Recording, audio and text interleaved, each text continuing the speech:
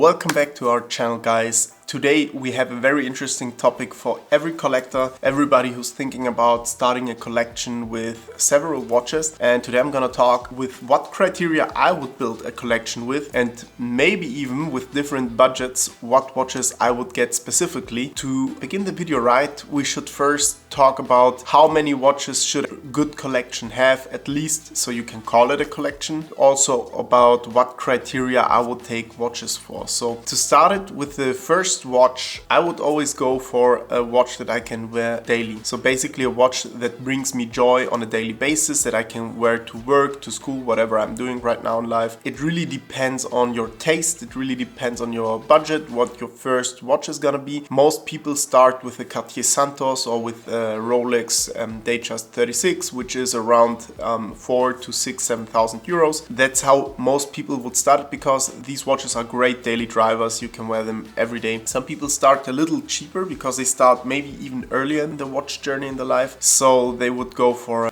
Omega Seamaster or Omega Speedmaster Reduced or something like that, which are also absolutely fine watches, and you can later use them in your collection even if you upgrade to other watches as well. The first watch, as I said, should be your daily driver, your daily watch. The second one is really depending on if you have a lot of special occasions in your life or if you are more of a, let's say, daily day life guy. So if you go on different events, if you go on different trade shows and so on, you have business meetings, business dinners and so on. So then you would also need a more formal watch, a watch that you would wear maybe with a suit or with more formal clothes. So I would go for a dress watch, and for me the main rule is that the main watch should still be the more expensive one, even if the special occasion watch that you buy should of course be more special. And that's, some people would say that's not possible because the more expensive the watch, the more special it is, but in my opinion that's not true, and I will show you some examples for that. What most people will need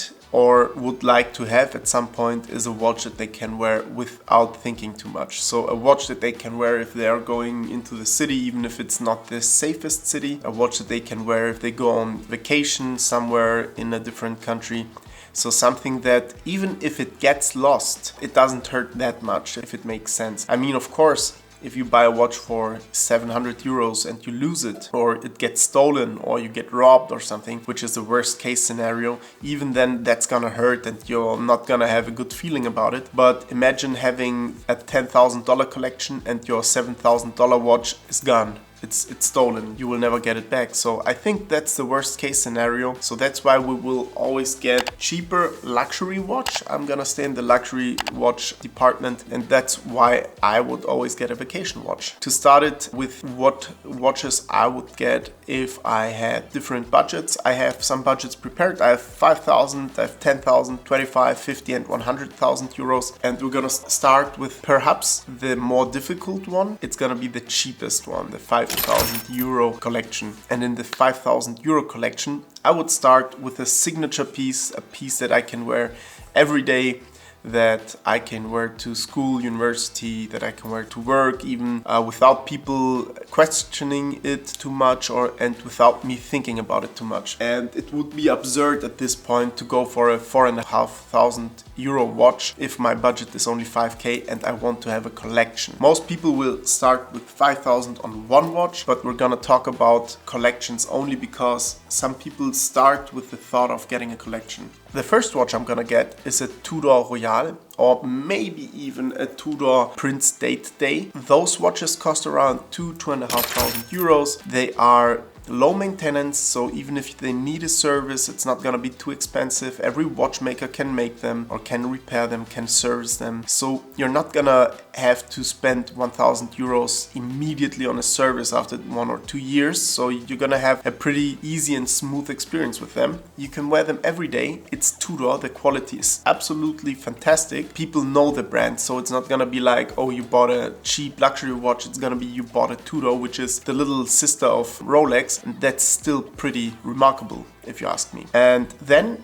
I will have still 2,500 euros left, so I will go for an Aqua Racer, for a sports watch, for a watch that I can wear maybe if I have some more sporty activities, some more physical activities, if I need to go to vacation.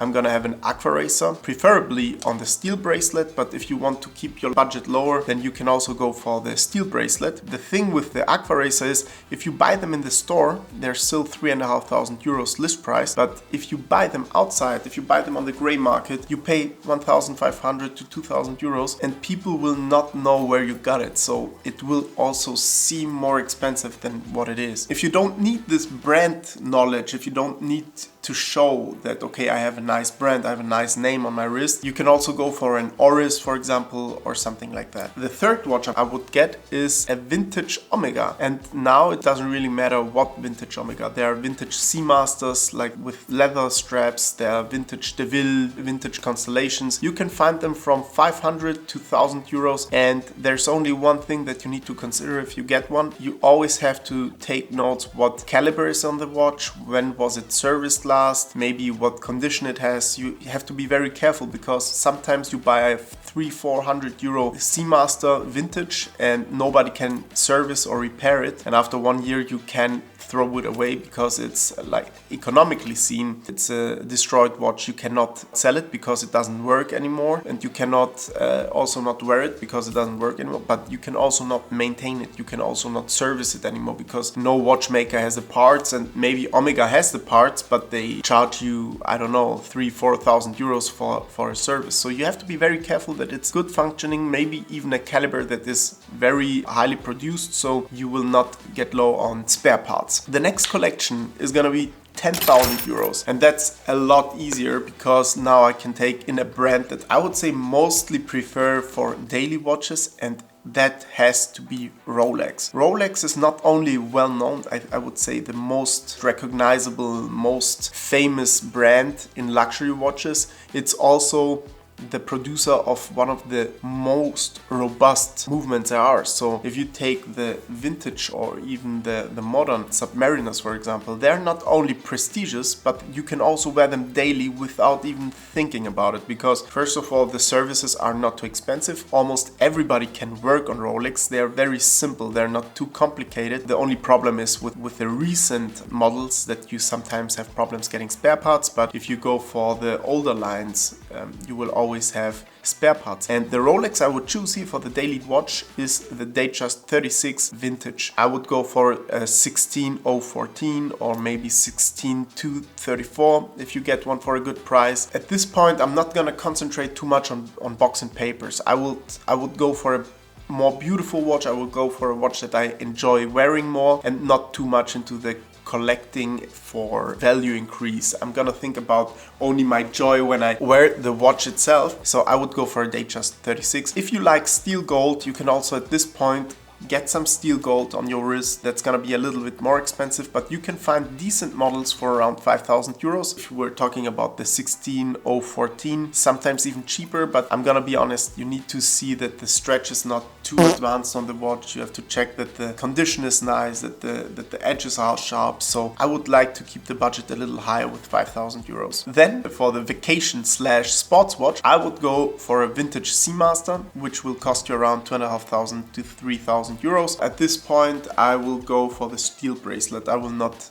make any cuts on the budget to get it on a leather strap or something, because a steel bracelet is the bracelet that makes a watch wearable everywhere. You can dive into the sea with it, you can go to the beach, you can go in every city and do whatever you want. That's why I would always go for the steel bracelet and not make any cuts, and let's keep it with this. And then we still have around 2,500 euros left for the prestigious, for the special occasion watch. I will take a Cartier Tank, which is one of the most elegant, the most beautiful dress watches out there. You have different dial variations. For example, you can get it with a lapis blue dial. It's gonna be more expensive, or with a classic one, which is very iconic. Everybody who knows Cartier will immediately recognize that it is a Cartier Tank with the Roman numerals on it. That's gonna be a watch that you don't spend too much money on, but you still have a very nice name on your wrist. You have a very nice quality watch. And I think if you have a Cartier, you will not trade it in for anything at some point. You will just keep it because it's not taking or blocking too much money, but it's still a watch that you enjoy wearing even if you have 60, 70, 80,000 euro watches in your collection. The next budget I'm gonna talk about is 25,000. Now it gets really interesting, because now we're gonna have some big boys in the collection. We're gonna start with our daily watch, and there is almost no better daily watch than the Rolex Submariner Date. The thing with the Submariner Date is some people like it without, some people like it with the date, but the Submariner Date is a lot more useful for the daily use. You can always see what day it is, so that's why I will go for the Submariner Date. The reference is kind of interesting because we cannot go too high with the budget, but I can tell you that you could still make a very good collection if you go for the recent one, the 126610. But for this collection I will go for the vintage, because for me the late 5-digit models are the most comfortable Rolexes. So I would go for the 16610. Here I would go for one with maybe just papers. You can get them for 8,000 to 9,000 euros, no problem. You're not gonna have a hard time finding this watch for this price. You can get it in a nice condition, sometimes even serviced by an independent watchmaker. And if you need to service it, the Submariner is one of the most or the nicest watches to service. It's not gonna take you too much money. And now we're gonna talk about our special occasion watch, and now you will understand why I kept the budget on the daily watch a little lower. I will go for a Patek Philippe Ellipse, which you can get for around 9,000 euros already. 9 to 10,000 euros you have to spend on it. That's where the real fun begins. Now you're gonna have a Patek on your wrist sometimes. You're gonna impress a lot of people if that's what you want to do. But the Ellipse is not a watch that needs to impress. Sometimes if people see it and they know it, they will recognize it and they will really be impressed about it, because at the end of the day it's a Patek. But if you don't want people to see it, then it's not gonna be a watch that's boom in your face, like for example the Aquanaut or the Nautilus. It's gonna be a very decent watch. It's gonna be on the background, but only show itself if there's a real watch enthusiast seeing it on your wrist. And that's why I would go for the Patek Philippe Ellipse. You can make variations with the budgets. If you, for example, want to have a more modern Submariner, maybe within the warranty period, then you can go for a different watch here. But for me, I would use the chance to wear a Patek sometimes. And for the sports watch, there's different options. I would not go for a very well-known brand here. I would go for a high-quality brand with a sporty design that you can use also if you go swimming, that you don't have to leave on the beach side if you want to go for a nice swimming in the sea. So I'm go with the Glashütte CQ, which could, I would say, surprise some people, because the CQ is not a watch that you would consider a throwaway watch as some people would use their vacation watches. The CQ is a very nice watch. You can wear it daily, you can wear it also on special occasions. It's a very nice watch. You have beautiful variations on dial and bezel. But for me, the CQ is a watch that if you go on vacation and people see it, not everybody knows what Glashütte is. Not everybody knows the CQ, the design, the specific design. I think most people will recognize that it's a high value watch, but not everybody will see immediately that it's very expensive. So you're gonna be also a little safer if you're in not so safe areas. And that's not an invitation to go to dangerous places with this watch. Please leave that be. For the moment at least, or if you have a bodyguard you can try it, but I would recommend you don't do that. So that's my 25k collection.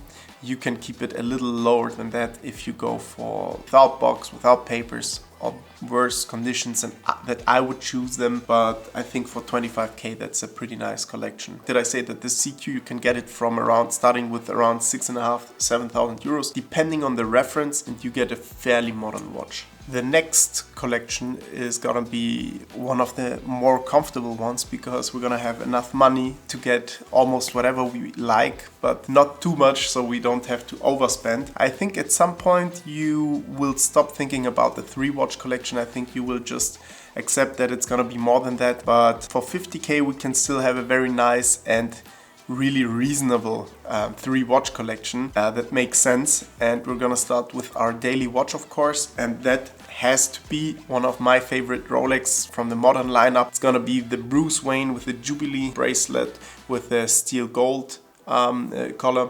So that's, I think, one of the most beautiful watches that Rolex has brought out in the last few years. I really like the combination of the sporty look of the bezel and so on. It's a GMT after all. And also you have the Jubilee bracelet that makes it more wearable in every day. You don't have the steel gold oyster on it, which makes it a very sensitive watch when it comes to micro swirls. Everybody that has a steel gold, for example, bluesy, will know what I mean. You have a lot of swirls on it immediately because gold is very soft and you have a lot of big surfaces on the bracelet. So that's a very nice daily watch, I would say, if you like steel gold. And if you want to go to a very different look, you can also go for the root beer, which is also one of my favorite modern Rolex watches. Both have a price tag of around 17, 18-ish thousand euros on them, so you can get them for that money. And you have steel gold and steel rose gold watches, very robust movement. You have a very prestigious watch, so it's a nice, for me, that's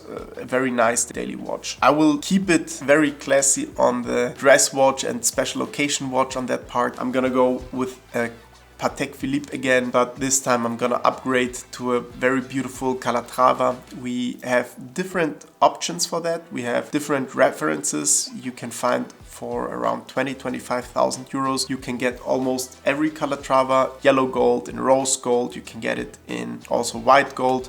You can have the Clou de Paris bezel on it. So you have a very big variety of watches that you can get, but you can always get a Patek for over 20,000 euros, 20,000 euros. And I would go for a Patek when it comes to dress watches if I have the budget for it. And for the sports watch department and vacation watch, we have too much money left. So I would even say that at this point you might consider having a fourth watch that you can also always just take to has a high risk of losing it. For the sports watch, I would go right now for depending on which watch I have as a daily driver, I would take a Rolex GMT Master Vintage, maybe a Pepsi with a reference 16750 or 16710. You can also go for a Submariner if you want at this point. So if you already have a GMT as your daily watch, you can go for a Submariner and vice versa. So it really depends on your taste at this point. For this watch, I will always go for a steel only watch, no steel gold, because it's more practical. You can do everything with a steel watch. Steel gold is always gonna be a little bit more sensitive, so I'm gonna keep that in mind. If you have some spare money left, some change left, you can always go for a Tissot PRX or maybe a Oris Diver or something like that, just so you have something that you can lose. If you have to get a watch that you can lose, then that's gonna be the one that doesn't hurt too much, because I think if you have a nice vintage GMT Master, it will always hurt. No matter how much money you have, it will always hurt to lose it. And now for the last collection, and that's gonna be too much money for just 3 watches, so that's why I will go overkill here. We have 100,000 euros, and here I'm gonna keep it very classy with the AP Royal Oak Jumbo, the reference 15202 as a daily watch. I'm gonna take the blue one because it's the best one for resale. It's very easy to buy and sell it. It costs around 50,000 euros if you get it. If you want it with box and papers in a perfect condition, you might have to spend a little more than that, but for around 50,000 euros you can get a very nice Jumbo. That's a watch that I would get immediately if I have some more money left that I can spend on other watches. That's a nice watch to have. As for the dress watch, special occasions watch,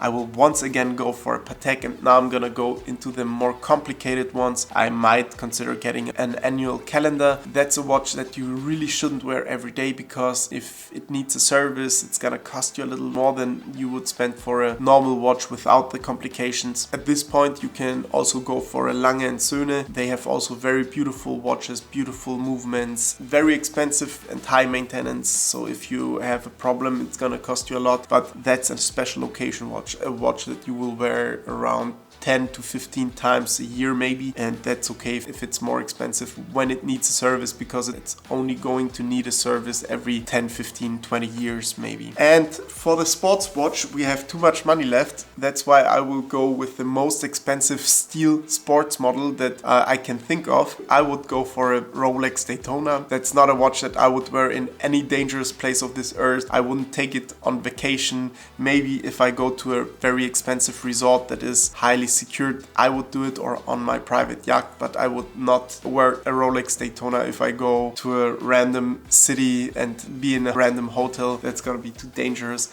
That's why I would also at this point get a fourth watch, once again a lot cheaper. Some people go for a fake variation of their already existing watches. Some people would also buy a fake Daytona that they can wear on vacation. I wouldn't do that, because if somebody recognizes it, it's gonna be very embarrassing, and I wouldn't like to be embarrassed by wearing fake watches, because that's kind of cringe. That's why I would go for a cheaper watch, maybe 2, 3, 4,000 euros. Now you can go back to a beautiful Seamaster, you can go for a beautiful CQ, you can go for, even if you have so much money that you don't care, you can also wear a Submariner. But the thing with Rolex is it's very recognizable, so I wouldn't recommend it for, let's say, more critical places. So that's it with the video for today. You got 5 collections for 5 different budgets. I told you what my criteria for a 3 watch collection is. You can always have more watches than that, but I found that even if you have 7, 8, 9, 10, 15 watches in hand, you will always go back to 2 or 3 of them.